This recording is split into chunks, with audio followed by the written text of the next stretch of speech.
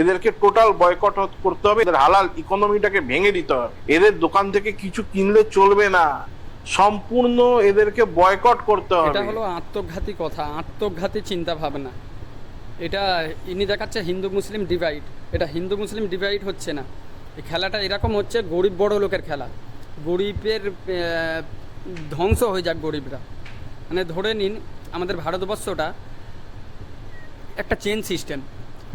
ভারতবর্ষে এমন কোনো গ্রাম নেই, এমন কোনো জায়গা নেই যেখানে শুধু হিন্দুরা বাস করে, বা এমন কোনো গ্রাম নেই যেখানে মুসলিমরা বাস করে।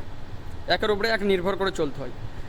এবার যত ব্যবসায়ী আছে, ছোটো ছোটো ব্যবসায়ী, যেমন দুধ বিক্রেতা, চা বিক্রেতা, মাছ বিক্রেতা, পান বিক্রেতা, লেবু বিক্রেতা, এরকম বেশিরভাগ ব্যবসায়ী হিন্দু ভাইয়েরা। তো ধরে নিন এরা যেমন বলছে মুসলিমদের দিয়ে কিছু কেনা যাবে না, মুসলিমরা যদি এই একই কথা বলে যে হিন্দুদের দিয়ে কিছু কেনা যাবে না।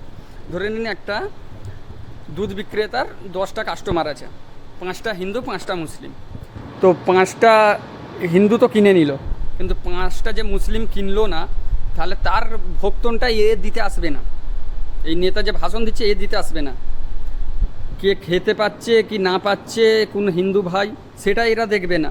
এরা খালি এই ভাষণ পর্যন্তই এদের লাশ। তাহলে আপনারা এদের কথা শুনে ভুল কিছু ডিসিশান নেবেন, ভুল পথে চলবেন, তো আপনাদেরই ক্ষতি হবে, এদের কিছু হবে না। এরা ভাষণ পর্যন্তই লাস্ট, আর এরা এরকম বিভ্রান্তই করবে। ভারতবর্ষটা হচ্ছে চেন সিস্টেম, হিন্দু মুসলিম একের ওপরে এক নির্ভর করে চলতে হয়। তাই এদের ভাষণের চক্করে, ভাষণ শুনে আপনারা কিছু ভুল করবেন না, ক্ষতিটা গরিব মানুষেরই হবে, এদের কিছু হবে না।